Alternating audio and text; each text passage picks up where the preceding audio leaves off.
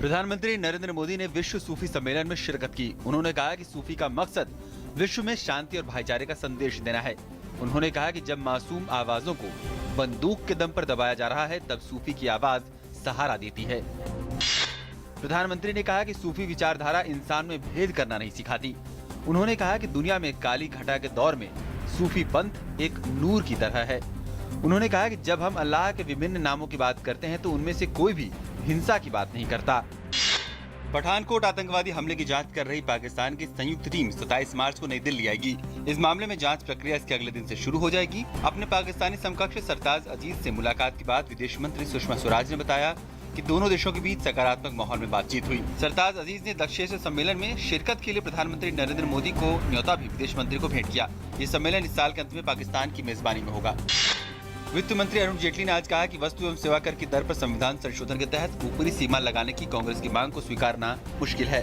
GST संविधान संशोधन विधेयक अभी राज्यसभा में लंबित है। जेटली ने उम्मीद जताई कि ये विधेयक मौजूदा बजट सत्र के बाद के हिस्से में पारित हो जाएगा।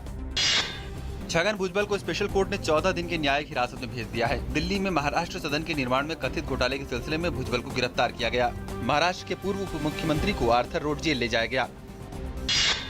विजय माल्या की कंपनी किंगफिशर एयरलाइंस पर बकाया कर्ज की रिकवरी करने के लिए स्टेट बैंक ऑफ इंडिया की ओर से आयोजित किंगफिशर हाउस की नीलामी में किसी ने बोली नहीं लगाई। एसबीआई ने इसके लिए ऑनलाइन नीलामी शुरू की थी, जिसके लिए कोई बोली नहीं मिली। उधर विजय माल्या ने प्रवर्तन निदेशालय से आईडीबीआई धन शोधन मामले में अप्रैल तक का समय मांगा है।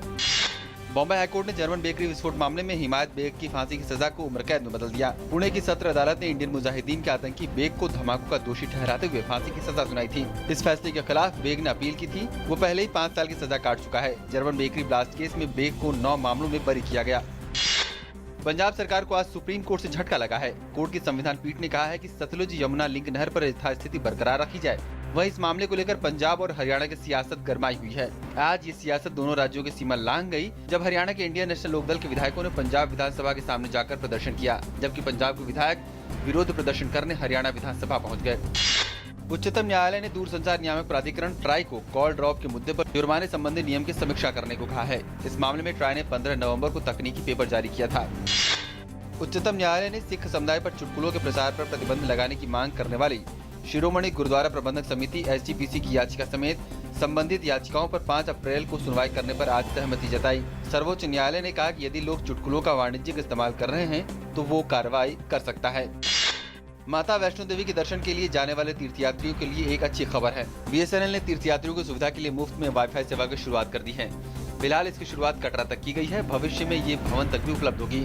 इस सेवा की शुरुआत करते हुए केंद्रीय संचार एवं प्रौद्योगिकी मंत्री रविशंकर प्रसाद ने कहा कि उनकी योजना जल्द ही देश भर के सभी तीर्थस्थलों को वाईफाई से जोड़ने की है।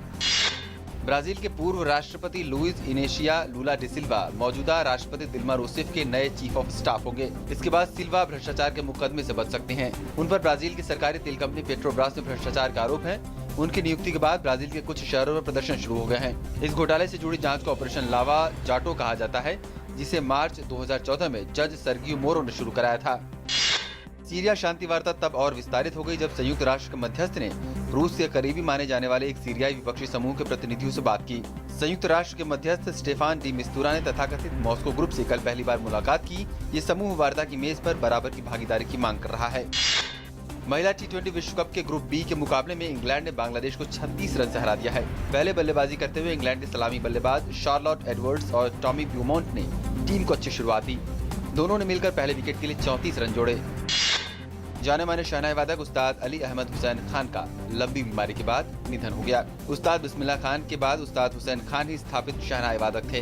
किडनी की बीमारी से ग्रस्त उस्ताद पिछले कुछ दिनों से अस्पताल में भर्ती थे। बनारस घराने के शहनाई वादक उस्ताद हुसैन को 2009 में संगीत नाटक अकादमी सम्मान दिया गया था। उन्हें शास्त्रीय, अर्धशास्त्रीय और लोक संगीत में महारत हासिल थी। उन्होंने 1973 में दूरदर्शन पर उद्घाटन कार्यक्रम पेश किया था।